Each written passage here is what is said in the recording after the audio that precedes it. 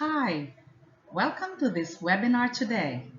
It's about designing multiple choice questions to test higher order thinking. Before proceeding, let me show you again the vision of Suleiman University, a leading Christian institution committed to total human development for the well-being of society and environment. Part of our mission is to provide opportunities for growth and excellence in every dimension of the university life in order to strengthen character, competence, and faith. When Jesus pursued his teaching ministry on earth, his instructional strategy required his disciples to think a lot deeper. With Bloom's taxonomy as reference, Jesus surely wanted his students to apply in their lives or to analyze what he meant by his lessons. For example, talking about the heinous crime of sin in Matthew 5:29 to 30, Jesus said that it is better to pluck out our eyes and cut off our hands than for a whole body to be thrown into hell. Of course, this is just a hyperbole, but this unique teaching method shocked his students and kept them thinking and thinking and thinking what he really meant by that. Jesus didn't really mean we have to rip out our eyes and amputate our hands for causing anyone to sin. Otherwise, Christians would all be blind amputees. Anyway, for Jesus' other lessons, he wanted to ensure that his students understood. So he assessed his students by asking questions that likewise stimulate higher order thinking. Listen to this question. Are there not 12 hours in a day? That's found in John 11:9. Another question, and this time it comes with a premise. It says, "You are the salt of the earth. But if the salt loses its saltiness, how can it be made salty again?" Today, our webinar has to do with higher order thinking vis-a-vis multiple choice questions. Our objectives for this webinar today are the following: to review the anatomy of a multiple choice question, to explain the term higher order thinking or learning based on the new version of Bloom's taxonomy, and to present examples of multiple choice questions or MCQs that measure higher order thinking. There are 4 parts of a multiple choice question, as you can see in your slide. 1 is the stem, which is the question text.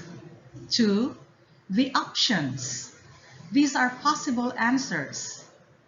3, the key. This is the correct answer. And the 4th are the distractors. These are the wrong answers. Studies show that one of the biggest criticisms of MCQs is that they only test factual knowledge. But it doesn't have to be that way. We can also use multiple choice questions to assess higher order thinking or HOT, that is, beyond memorizing and recalling facts and data. It even goes beyond comprehension. In other words, MCQs can also stimulate analytical, critical, or creative thinking. But of course, that depends upon how we construct the MCQ. Higher order thinking has typically been defined with specific reference to the cognitive domain of the Bloom's taxonomy, a trend that is still evident in contemporary research and discourse. Here's the pyramid that demonstrates the newer version of Bloom's taxonomy. There are still 6 levels of learning, and the lower order learning is represented by the understanding and remembering levels. You can see this at the base of the pyramid. As shown here, there are only 3 higher order learning levels that can be tested with MCQs: applying, analyzing, and evaluating. The top box at the right side of the pyramid says that the MCQs are not effective in measuring the creative ability of students.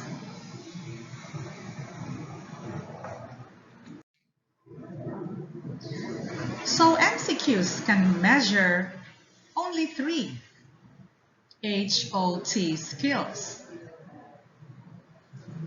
For example, if you want to see if your students can apply information, rules, and procedures in concrete situations, you can formulate an MCQ question to this effect. Furthermore, if you want to check if your students can break information into parts to explore patterns and relationships, or if you want to determine if students can analyze charts or data to support conclusions, a multiple choice question can also test that. Finally, if you want to know if your students can justify a decision or a course of action, an MCQ can be designed for this particular ability as well. Now, what does the literature say about MCQs vis-a-vis higher order thinking or learning? You know, there are repeated calls for the development of assessments that target higher order thinking, as opposed to mere recall of facts. The common assumption is that only essay-style test questions can stimulate higher order thinking, but actually MCQs can also do that. Scully believes that by adhering to certain strategies, it is possible to construct multiple choice items measuring processes such as knowledge application and analysis. This can benefit both learners and test developers in a variety of contexts. Still, on what research say about MCQs vis-a-vis HOTs, Jensen et al. In 2014, among others, said that students who experience assessments demanding higher order thinking are subsequently more likely to adopt meaningful, holistic approaches to their study, as opposed to engaging in mere surface-level or rote learning techniques. Now, to make it easier for you to construct your MCQ for HOT, it is important to align your question with the intended learning outcomes. So remember that. Align your question with the intended learning outcome. In this slide, the learning outcome the teacher wants to develop among students is recalling and identifying. Hence, the teacher constructed an MCQ to find out if the students can indeed do that. So, as I said, always align the learning outcome and the test question that you design. Here, The outcome and the test question should be connected. Take a look. A simple recall learning outcome requires a question that will draw out a lower order learning cognitive process like what you find in this slide. The expected learning outcome here is to recall, right? So the question also asks students to recall. So you see, there is really an alignment. Now I'm going to give you examples of multiple choice questions that tests the ability of our students to apply, analyze, and evaluate. Okay, so as I said, we need to align the outcome and the question. For this particular slide, we see that the intended learning outcome of the teacher is to apply previously acquired knowledge to a given situation. So the question goes this way. Which one of the following memory systems does a piano tuner mainly use in his occupation? This is for the music students, right? Now you may have realized that the learning outcome and the test questions are indeed connected. The teacher wanted his or her students to apply previously acquired knowledge. So he designed the MCQ in such a way that the student really knows not only the definition of each memory found in the choices A, B, C, D, but also how this knowledge applies to the situation of a piano tuner. This question is for students preparing for an occupation in the medical field. Based on the target learning outcome, and you can see that on top of the slide, the teacher here wants to test whether the students have the ability to evaluate. He wants to ensure that students can make appropriate clinical decisions based on laboratory data. So he designed the question this way, and let me read it. A 62-year-old woman with a history of confusion and constipation comes to the office for a follow-up visit. Laboratory investigations reveal a serum calcium of, you see there, the figure, a creatinine of, you see it also there, and a hemoglobin of, the figure is also there. Which one of the following would help confirm the diagnosis? A, parathyroid hormone. B, serum protein electrophoresis. C, 25-OH vitamin D. D, serum creatinine. And E, abdominal ultrasound. So I think that this MCQ can really test the evaluation skill of the students. This is for education students this time. The teacher wants to know if students are good in analyzing a certain situation, and in this case, to assess the relative importance of various arguments towards supporting a given conclusion.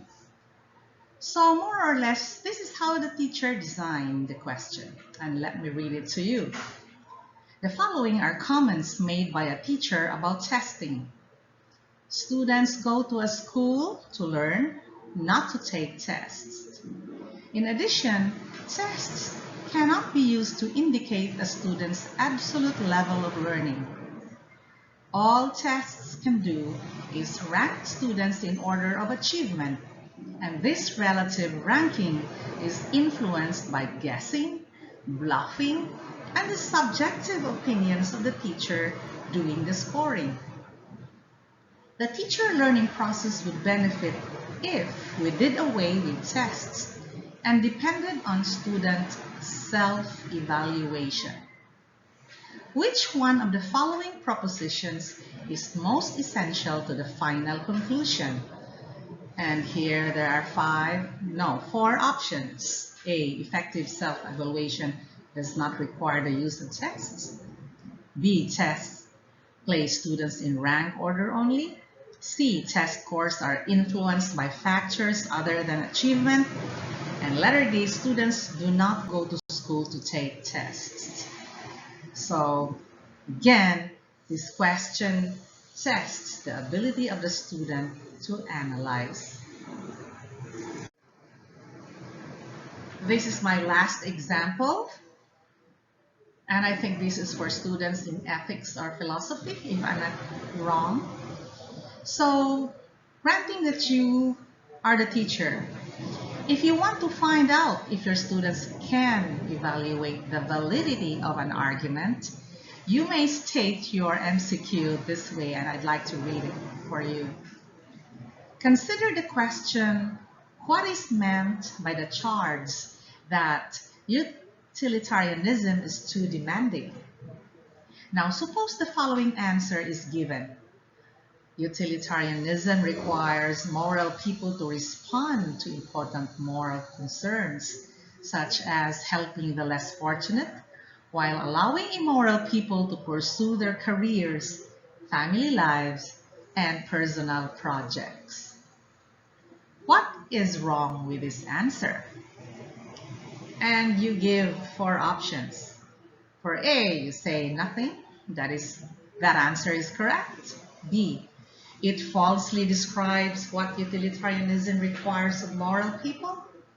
C, it falsely describes what utilitarianism allows of immoral people. And letter D, it relies on a false dichotomy between moral people and immoral people.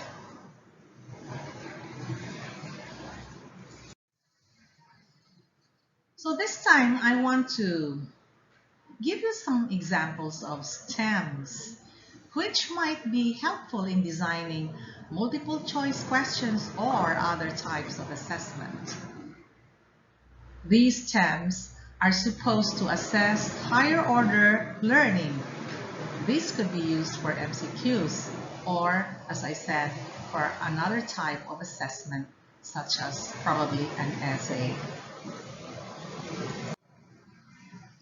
As a bonus, let me give you more examples that you can use for your stems. This is for the applying level, cognitive level. So here it says, how would you solve blank? What actions would you take to perform blank? What examples can you find that blah blah blah? What other way would you choose to, and so on and so forth. Another set of steps, if you want to be sure that your students can analyze situations, meaning differentiate, organize, or attribute, the steps would look like this. What can you infer, blah, blah, blah? What can you point out about? What evidence in the text can you find that, blah, blah, blah? What explanations do you have for? Okay, so you can actually choose whatever applies to your MCQ. And finally, I'm also giving you some examples of stems, no, for the evaluation cognitive level. That is, if you want your students to predict a real-life situation or a hypothetical situation. So the steps look like this. Predict the outcome if, blah, blah, blah. What alternative would you suggest for? Okay. What changes would you make to revise? Blah, blah, blah. And so on and so forth. So let's see what we have done for the last few minutes. We have reviewed the anatomy of a multiple choice question. We have also explained the term higher order thinking based on the new version of Bloom's taxonomy. And we said that MCQs can measure students' ability to analyze, apply, or evaluate. I have also showed examples of MCQs that measure higher order thinking or learning. And lastly, I gave you some possible stems for the applying, analyzing, and evaluating cognitive levels, which I hope might be helpful in designing MCQs that promote higher order learning. So in conclusion, I would like to say this. According to one Bible scholar, Jesus asked a total of 339 questions in the Bible. Some can be answered through simple recall, but majority require skills indicated in the higher levels of Bloom's taxonomy, such as applying, analyzing, and evaluating. Since Jesus is our model teacher in this Christian institution, let's increase the number of questions that promote higher levels of thinking. And you can do that by designing MCQs. Thank you for your time and for listening to this webinar.